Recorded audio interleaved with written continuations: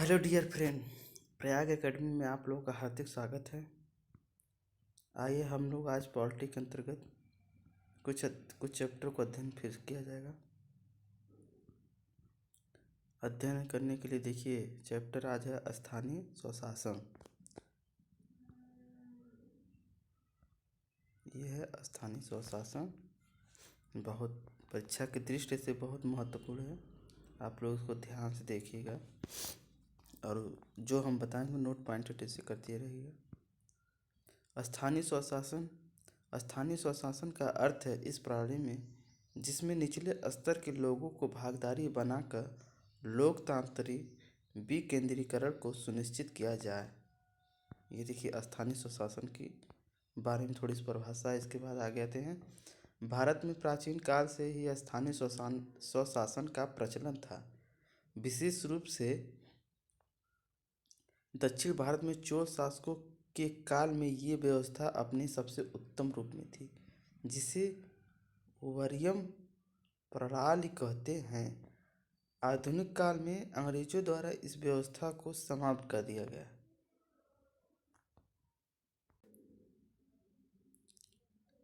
बाद के वर्षों में अंग्रेजों ने पुनः इस व्यवस्था को शुरू किया। भारत में स्थानीय स्वशासन के जनक लॉर्ड रिपन को कहते हैं। ये देखिए स्थानीय शासन के जनक, स्थानीय स्वशासन के जनक लॉर्ड रिपन को कहते हैं।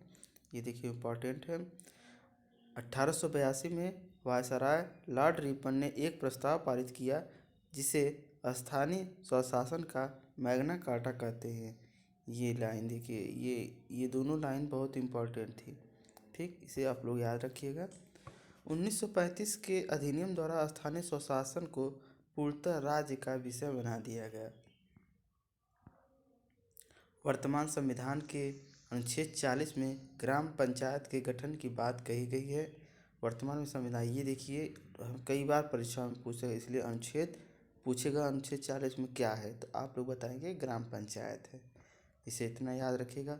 सन 1957 में पंचायती राज व्यवस्था के विकास के लिए बलवंत राय मेहता समिति का गठन हुआ। ये देखिए एक एक लाइन सब लाइनें परीक्षा में पूछी गई हैं। बलवंत राय मेहता को ही पंचायत राज व्यवस्था का वास्तुकार एवं शिल्पकार कहते हैं। आगे देखते हैं। फिर अगस्त 1958 में प्रायोगिक रूप से आंध्र प्रदेश के कुछ क्षेत्रों में पंचायती राज व्यवस्था को शुरू की गई।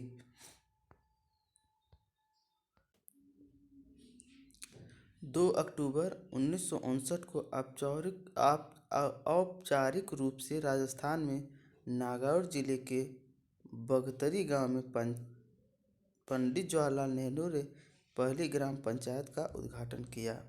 देखिए ये 2 अक्टूबर 1959 राजस्थान में नागौर जिला। ये राजस्थान में नागौर जिला में सबसे पहले कहाँ पंचायत शुरू हुई, ये देखिए नागौर जिला। ये परीक्षा में पूछता है। बिहार पंचायत राज अधिनियम 1947 द्वारा पंचायती राज व्यवस्था की शुरुआत बिहार राज्य ने की थी। इसके बाद आगे ये स्वतंत्रता के बाद समय समय पर पंचायती राज व्यवस्था के संबंध में अनेक समितियों का गठन किया गया। पहला है बलवंत राय मेहता समिति 1957 में, अशोक मेहता समिति 1977 में, डॉक्टर जी.बी.के. राव समिति 1985 में, डॉक्टर एल.एम. सिंधवी समिति 1986 में, गाडगिल समिति 1988 में, पी.के. थुंगन समिति 1989 में। देखिए ये लोग इतनी समिति 6 समितियाँ थी, तो इसमें बलवंत राय मेहता समिति को ज़्यादा महत्व दिया गया।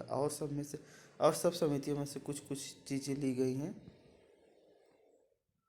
बलवंत राय मेहता ने 3 स्तरीय पंचायत व्यवस्था का सुझाव दिया। पहला है ग्राम पंचायत, ग्राम स्तर पर प्रत्यक्ष चुनाव द्वारा। पंचायत समिति प्रखंड स्तर पर अप्रत्यक्ष चुनाव द्वारा। तीसरा जिला परिषद जिला स्तर पर अप्रत्यक्ष चुनाव द्वारा। आगे आइए फिर देखते हैं। जिला परिषद का अध्यक्ष जिला अधिकारी होना चाहिए। इस संस्थाओं को वित्तीय स्रोत भी मिलना चाहिए ताकि अपना कार्य कर सके। अगला है अशोक मेहता से। ये देखिए जो इसमें का छूटा था थोड़ा से, बलवंत राय मेहता समिति का पूरा पार्ट है। अगला है अशोक मेहता समिति। दिसंबर 1977 में जनता पार्टी सरकार ने अशोक मेहता की अध्यक्षता में एक समिति का गठन किया, जिसने अगस्त 1978 में रिपोर्ट सौंपी। सुझाव क्या क्या दिया था? 2 स्तरीय व्यवस्था होनी चाहिए। अब इसमें देखिए पूछता है क्वेश्चन कि 2 स्तरीय व्यवस्था का सुझाव किसने दिया था? तो अशोक मेहता समिति, अशोक मेहता, इतना जान जाइएगा, आप लोग याद रखिएगा। मंडल पंचायत में 15 सदस्य होने चाहिए। जिला परिषद में 6 प्रकार के सदस्य होने चाहिए। पंचायती चुनाव में सभी राजनीतिक दल भाग लें।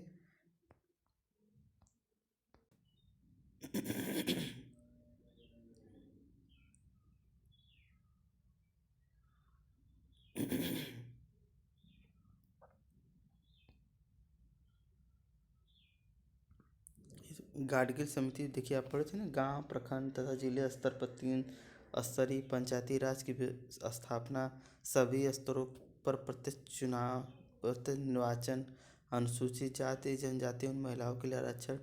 पी.के. थुंगन समिति, पंचायती राज संस्थाओं का कार्यकाल 5 वर्ष होना चाहिए, पहला पॉइंट है।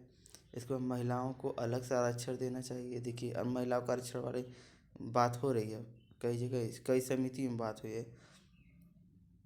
सितंबर 1951 में तत्कालीन प्रधानमंत्री नरसिम्हा राव ने लोकसभा में एक संविधान संशोधन विधेयक प्रस्तुत किया, जिसके आधार पर 1992 में 73वां संविधान संशोधन और 24 अप्रैल 1993, ये देखिए थोड़ा से यहाँ 9 रहेगा, यहाँ 9, 1993 को पंचायती व्यवस्था लागू कर दिया। ये मिस्टेक है। 24 अप्रैल पंचायती राज दिवस के रूप में मनाया जाता है। 24 अप्रैल को पंचायती राज दिवस, ये देखिए, ये 24 अप्रैल पंचायती राज दिवस, ये इम्पॉर्टेंट है, इसे आप लोग याद रखें। और ये जिसके आधार पर 1973वां संविधान संशोधन, ये याद रखिएगा। आगे आइए देखते हैं पंचायती से संबंधित मुख्य अनुच्छेद। कुल अनुच्छेदों की संख्या 16।